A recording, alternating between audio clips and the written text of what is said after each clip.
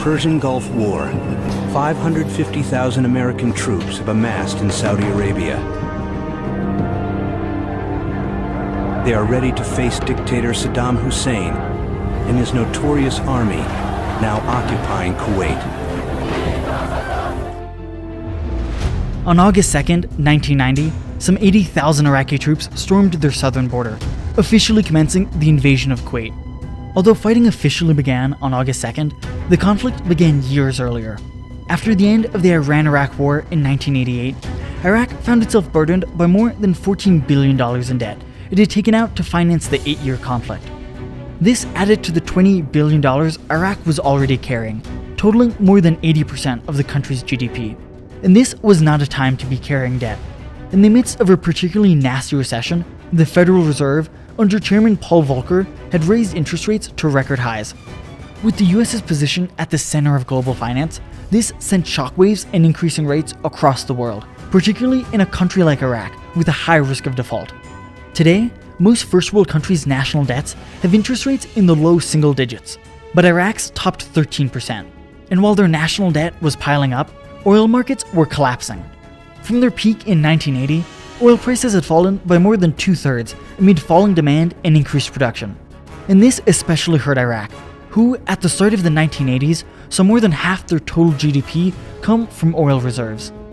This all put great pressure on the Iraqi government to find additional revenue sources, so when Kuwait supposedly started stealing their oil, they weren't in a forgiving mood.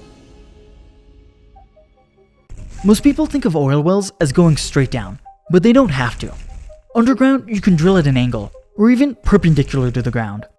In the lead up to the invasion, Iraq alleged that Kuwait had been doing this to steal oil under Iraqi soil. This, coupled with Kuwait's high oil production, which had depressed regional prices for years, was all the justification they needed for war. It's important to note that while Iraq claimed the invasion was in retaliation for Kuwait's actions, the rest of the world recognized this as a thinly veiled excuse to seize valuable oil fields deep within the country. The invasion began on Thursday, and by Saturday, most of Kuwait's armed forces had been overrun, or were forced to retreat to neighboring countries. By annexing Kuwait, Iraq now controlled a fifth of the world's oil reserves, and, for the first time, a substantial coastline on the Persian Gulf. That same day, the United Nations Security Council unanimously denounced the invasion and demanded Iraq's immediate withdrawal from Kuwait. And following extensive consultations with our coalition partners, Saddam Hussein was given one last chance to withdraw unconditionally from Kuwait. Regrettably, the noon deadline passed without the agreement of the government of Iraq. After failing to withdraw by January 15th and building up an occupying force of some 300,000 Iraqi troops, the US, acting under a UN resolution authorizing force, led a coalition of 39 nations against Iraq. The following 42-day war would become the most one-sided conflict in military history. The Allied coalition suffered about 250 deaths and 500 wounded, while Iraqi casualties numbered at least 25,000 and left more than 75,000 wounded. But how did the Allied coalition win such a staggering victory? A large part was thanks to the US's technological supremacy. The counter-invasion would see the most advanced technological weapons ever deployed in combat. The first Gulf War was the US's first major military intervention since the Vietnam War, more than a decade prior, and technology had advanced considerably in that time. The conflict saw the rollout of the F-117 Nighthawk. This was the plane that would come to popularize the term stealth in reference to an aircraft's reduced radar signature. Before the days of computer modeling, the F-117's frame was designed by hand to reflect enemy radar up into the atmosphere and away from the ground-based source. The plane's aluminum exterior was coated with a radar-absorbent material that further reduced its radar signature. This stealth technology was so advanced that the plane's 13-meter wingspan was reduced on radar to a cross-sectional area between 10 and 100 centimeters squared, a size smaller than most of the birds that flew over Iraqi airspace, making the planes nearly impossible to identify. Although the 36 F-117s made up less than 3% of the more than 1,900 Allied planes, in the early days of the counter-invasion, before Iraqi radar stations were taken out, they flew more than a third of the bombing runs. Across the 1,000 hours of the conflict, these 36 planes saw an impressive 7,000 hours of combined flight time. The stealth fighter attacked the most heavily fortified targets, and it was the only coalition jet allowed to strike targets inside Baghdad, the capital city protected by more than 3,000 anti-aircraft guns and 60 surface-to-air missile battery defenses.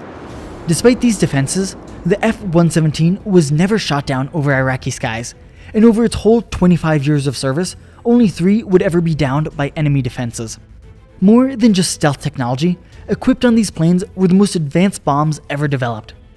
Laser-guided bombs, first introduced during the Vietnam War, allowed coalition forces to pick apart hostile tanks from miles away.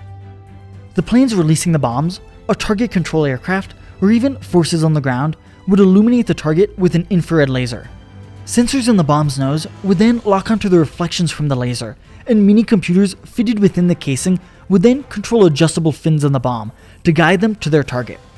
These laser-guided munitions were 100 to 200 times as effective as conventional bombs. Flying at 50,000 feet, a bomb dropped half a second late could miss its target by hundreds of feet.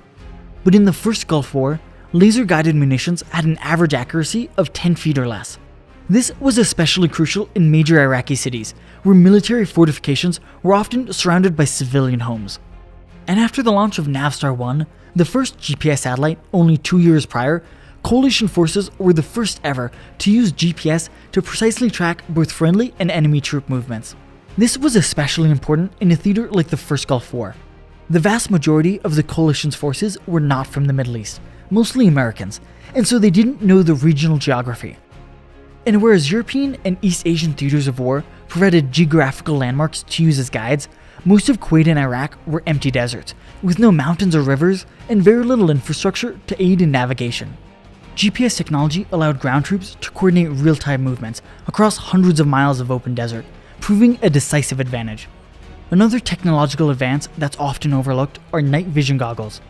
During Operation Desert Storm, soldiers used $25,000 holographic night vision goggles that amplified light too dim for the naked eye. Normally, you can't see at night because there isn't enough light for your eyes. But night vision goggles can detect very small amounts of light, and even wavelengths that we can't normally detect, like infrared. The goggles then boost these signals between 2 and 7,000 times, allowing you to see enemy movements.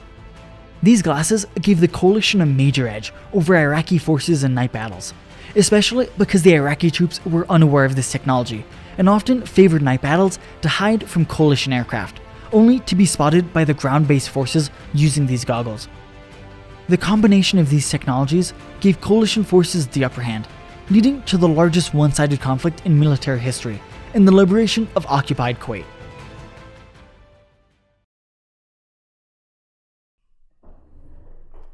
Hey guys, as you could probably tell, this was a different style of video than what we normally do. In both what we talked about, it was sort of half history in the beginning, half science behind the history at the end, and also just the editing style we chose to do it in. So if you liked either of these two changes, be sure to let us know, and then we can keep making some of our videos in this newer style. And also, if you like the half history, half science, and you have some ideas for what you want to see, be sure to let us know down in the comment section below.